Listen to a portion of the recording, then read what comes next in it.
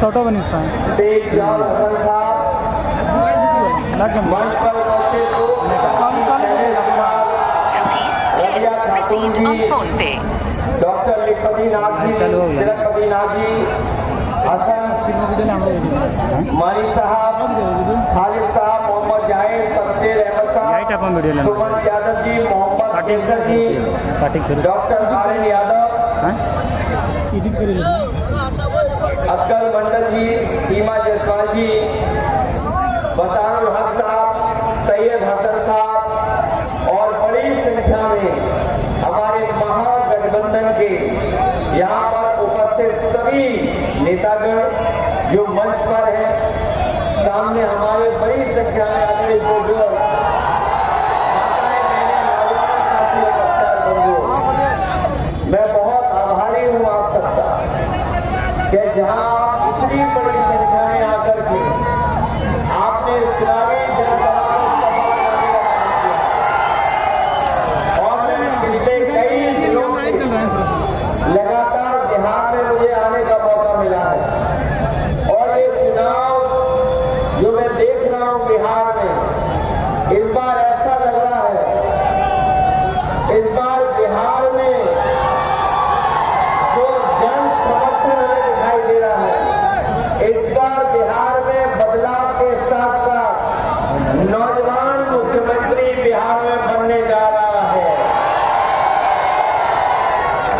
और आज मैं जहां पर आया हूं, आपके प्रत्याशी शेख जाल हसन साहब, ये भी उम्र कितनी भी हो लेकिन दिखने में ये भी नौजवान है,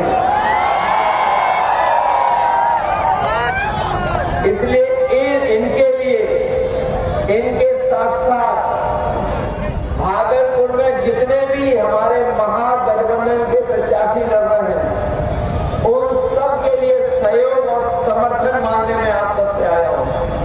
और जो मैं चेहरे पढ़ सकता हूं, जो मैं खुशी देख रहा हूं, इस बार भागलपुर के लोग भारतीय जनता पार्टी को भगाने का काम करेंगे। न केवल भारतीय जनता पार्टी को भगाएंगे, साथ ही साथ महागठबंधन की सरकार भी बनाएंगे। मैं देख रहा हूं इधर दिल्ली से बड़े बड़े प्रोफेसर आ रहे हैं, दिल्ली के कुर्सी पर बैठने वाले, जो दिल्ली की कुर्सी पे बैठे हैं वो प्रोफेसर आ रहे हैं और वो कह रहे हैं कि हम लोग पुराने जमाने में जा रहे हैं लालटेन के समर्थन में। लेकिन मुझे खुशी है इस बात की, इनकी लालटेन तो तेल से जल रही है। जो मैं देख पा रहा हूं, ये जो हमारे प्रोफेसर आकर कह रहे हैं कि लालटेन पुराने जमाने की है, शायद उन्होंने ये लालटेन नहीं देखी है, इसमें सोलर पैनल भी है, लाइट जल रही है, फिर जल रही है, फिर जल रही, फिर और बढ़ गई और बढ़ गई। बताओ ये नए जमाने की लाइटें है कि नहीं है? और हमारे नौजवान प्रत्याशी मुख्यमंत्री पद के वो नए जमाने के हैं कि नहीं है? और याद कीजिए साथियों, जब तेजस्वी जी नौकरी देने लगे और पूरे बिहार में और देश के कोने कोने में ये प्रचार होने लगा कि अब बिहार में नौकरी मिलने लगी है, बिहार दूसरी दिशा में विकास के पथ पर चलने लगा है, तो आपको याद होगा साजिश करके, षड्यंत्र करके तेजस्वी जी को उप मुख्यमंत्री और सरकार को हटाने का काम किया बीजेपी ने। कभी आपने कारण जाना कि किस कारण वो सरकार गिराई? बहुत सारे साथी नहीं जानते होंगे कारण, लेकिन जो हमें समझ में आ रहा है वो यही कारण है कि बीजेपी के लोग घबरा गए कि बिहार में नौकरी मिलने लगी है और ये अब प्रचार जब देश में हो जाएगा तो प्रदेश का नौजवान भी उनसे नौकरी मांगेगा, तो बीजेपी घबरा गई और उसी लिए उन्होंने साजिश करके षड्यंत्र करके ये तेजस्वी उप मुख्यमंत्री और उनकी सरकार को हटा दिया।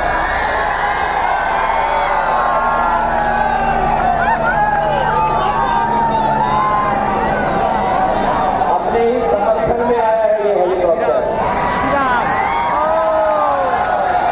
ये नहीं जो हेलीकॉप्टर उड़ के गया, ये आपके समर्थन वाला है। तो जब नौकरी का प्रचार हो गया और अभी जो तेजस्वी जी ने तय किया है, हम उनको बधाई देना चाहते हैं। उन्होंने तय किया है कि बिहार का पैसा बिहार में लगाएंगे और बिहार की तरक्की और खुशहाली कराएंगे और हर परिवार के नौजवान को नौकरी और रोजगार से जोड़ने का काम करेंगे। अब बीजेपी के लोग सवाल कर रहे हैं नौकरी आएगी कहां से, तो मैं उनसे कहना चाहता हूं कि बीजेपी के एजेंडे में कभी नौकरी नहीं थी, इसलिए वो सवाल पूछ रहे हैं। अगर एजेंडे में होती उनके नौकरी तो बताओ नौकरी दे रहे होते आपको। और मैं कभी कभी सुनता हूं क्या 20 साल का हिसाब किताब लेना है, क्या 20 साल का हिसाब किताब लेना है आपको? 20 साल तो आपके बिहार की सरकार के और दिल्ली के 10 साल से ज्यादा का समय, तो बताओ कितने साल हो गए? 30 साल हो गए कि नहीं हो गए? इसलिए 30 साल का हिसाब किताब लोगे आप लोग। और बीजेपी के बारे में तो जानते होंगे, बीजेपी के बारे में जानते होंगे, उससे ज्यादा झूठ बोलने वाली कोई पार्टी नहीं है। बताओ बीजेपी के लोग झूठ बोलते हैं नहीं बोलते हैं? उन्होंने क्या कहा था कि हम किसानों की आय दोगुनी करेंगे। बताओ खेत हमारे जो दिखाई दे रहे हैं उसमें बड़े पैमाने पर किसानों का नुकसान हुआ, कोई भरपाई नहीं की सरकार ने। न केवल उनके साथ धोखा किया, बल्कि जब फसल तैयार हो गई तो अभी भी कीमत नहीं दे पा रही हो धान की और फसल की। पता है हमारे किसान भाई जो खेती करते होंगे कि किसी भी किसान को क्या वो पैदावार की सही कीमत दे पा रहे हैं। और जब किसान को जरूरत थी खाद की, तो ये खाद भी नहीं उपलब्ध करा पाए। हम तो यूपी के बारे में जानते हैं, एक वो एकरंगी है वहां पर, एकरंगी मुख्यमंत्री, जो एकरंगी मुख्यमंत्री हैं वहां पर बोरी में चोरी हो रही है। क्या यहां भी बोरी में चोरी है? नहीं नहीं, ये जो खाद भी होंगे वो जानते होंगे बोरी में चोरी है। और ये बोरी के चोरी से ऊपर निकल गए, ये वोट चोरी करना चाहते थे। लेकिन हमें खुशी इस बात की कि जब बिहार में कांग्रेस पार्टी के नेता राहुल गांधी, तेजस्वी और देश के तमाम नेता और हम लोग निकले यात्रा की, तो बीजेपी के लोग घबरा गए और बिहार की जनता जागरूक हो गई, अपना वोट बचा भी लिया, वोट लिस्ट में शामिल भी कर लिया और अब ये तैयार हैं जब वोट डालेंगे तो बताओ भारतीय जनता पार्टी का सफाया होने जा रहा है कि नहीं होने जा रहा है? वोट डालोगे आप लोग? सबका वोट है वोटर लिस्ट में, तो बताओ वोट चोरों को आप जवाब दोगे इस बार? और वोट चोर केवल वोट चोरी नहीं करते हैं, सुना है यहाँ पर 1 रुपए में जमीन दे दी है, 1 रुपए में। हम लोग विकासवादी लोग हैं, खुशहाली तरक्की वाले लोग हैं। हालांकि तेजस्वी जी तय करेंगे, लेकिन हम भी उन्हें सुझाव देना चाहते हैं कि ये 1 रुपए वाले का 75 पैसा वापस कर दो और शर्त लगा दो कि जब तक 10,000 लोगों को नौकरी नहीं दोगे आपको जमीन नहीं मिलेगी, जमीन नहीं दी जाएगी। हमें नौकरी चाहिए, विकास चाहिए और 200 यूनिट फ्री बिजली चाहिए। बताओ तेजस्वी ने तय किया कि नहीं किया? तय किया।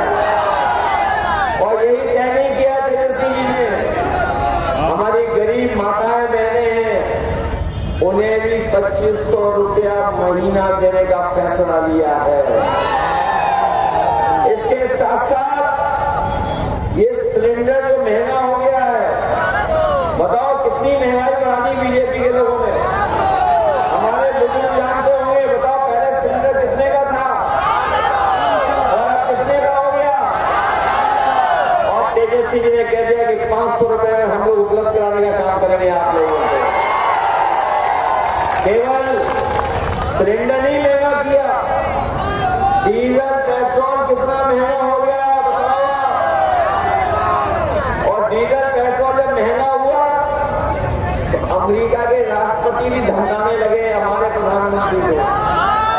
कह रहे थे कि बताइए इतना मुनाफा कमा रहे हो आप लोग, इतना महंगा कर रहे हो, और वो भी पाबंदी लगाने लगे हैं। और पाबंदियां लगने लगी हैं, कितनी पाबंदियां लग गई हैं, खेती पे भी पाबंदी लगने जा रही है। हमारे बुनकर भाई जो बनाते थे कारपेट साड़ी, उससे भी पाबंदी लगा रहे हैं। वैसे तो दो ही जगह की साड़ियां बहुत फेमस थी, एक आपके भागलपुर की सिल्क की और दूसरी हमारे बनारस की और मुबारकपुर की। दोनों जगह हमारे बुनकर भाई काम करते हैं और इतनी कीमती और इतनी बेहतरीन साड़ियां बनाते हैं, दुनिया में कोई नहीं बना सकता है, इतना हुनर उनके हाथों में है। हम आपको भरोसा दिला के जा रहे हैं, जिस तरीके से उत्तर प्रदेश में हम लोगों ने बिजली की सुविधा, बाजार की सुविधा और उनके कच्चे माल की सुविधा दी और स्वाद की सुविधा दी, क्योंकि जब हमारा बुनकर साड़ी बनाता है तो कभी आंख खराब हो जाती है, कभी उंगलियों में दर्द होता है, कंधों में दर्द होता है, शारीरिक रूप से कमजोर हो जाता है, उसको स्वास्थ्य की चिंता को लेकर के हम लोगों ने मदद करने का काम किया था। सरकार बनेगी तो बुनकर भाइयों के लिए भी विशेष योजना बनाएगा।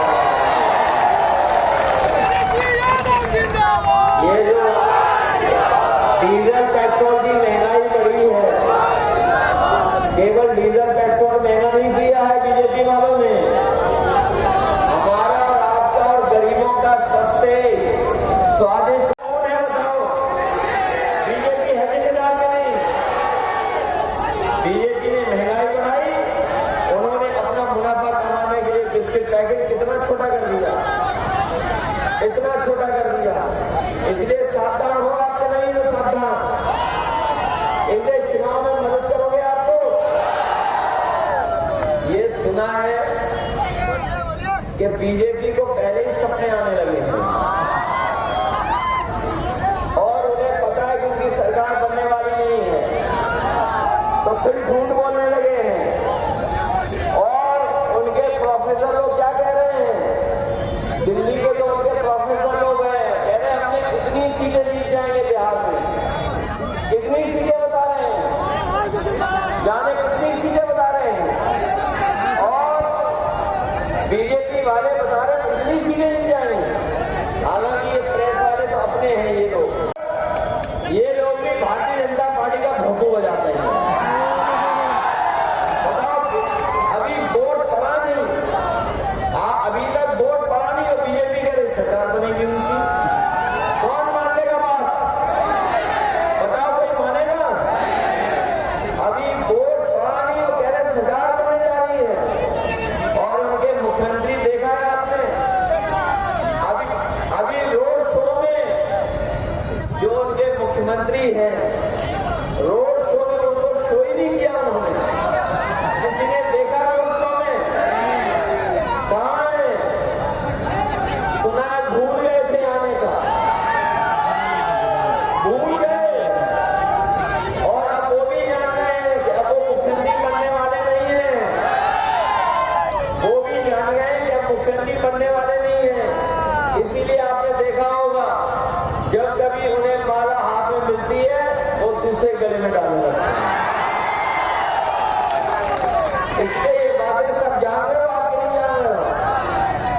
इसलिए हम आपसे निवेदन करने आए हैं, ये कितनी भी गिनती बताएं, इनकी गिनती मत मानो।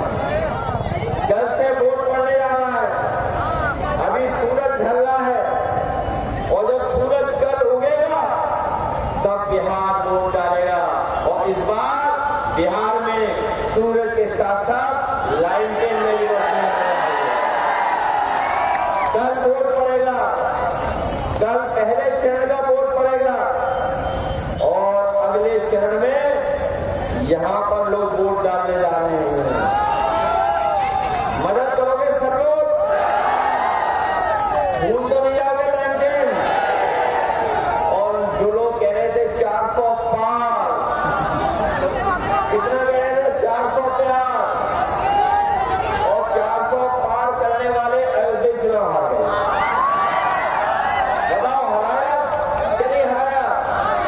वहां की जनता ने मन बना लिया और पिछड़े दलित अल्पसंख्यक मुसलमान भाई, आदिवासी भाई और हमारे जितने भी पिछड़े और दलित भाई सब एकजुट होकर के वोट डाल दिए और भारतीय जनता पार्टी जो 400 पार का नारा दे रही थी वो अयोध्या में भी चुनाव हार गई।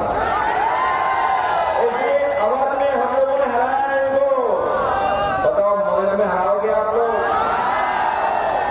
और जो तेजस्वी जी ने संकल्प लिया है, प्रण लिया है कि नौकरी देंगे, रोजगार देंगे, अब नौजवानों का पलायन नहीं होगा, अब भारतीय जनता पार्टी का पलायन होने जा रहा है।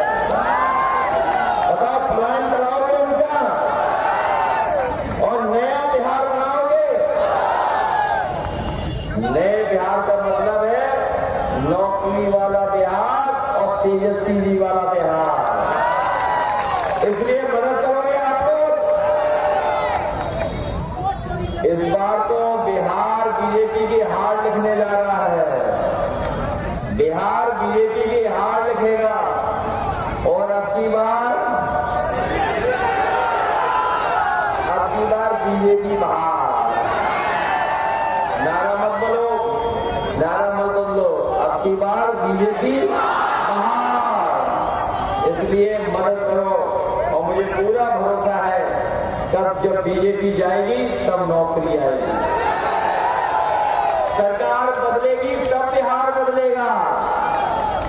जब सरकार बदलेगी तब बिहार बदलेगा और जब मुख्यमंत्री तेजस्वी बनेंगे तब बिहार बदलने का काम करेगा। इसलिए मदद करो इनको, जहां हमारे शेख यार हसन साहब हैं इनकी मदद करना, इनके साथ साथ जहां महागठबंधन के लोग लड़ रहे हैं उन सबको भी मदद कर करके, सबको वोट दे करके उन्हें जिताने का काम करना। ये मान लें कि ये जीत करके जाएंगे, जीत के जाएंगे। अच्छे वोटों से जिताओगे सब लोग। बहुत बहुत धन्यवाद आपका।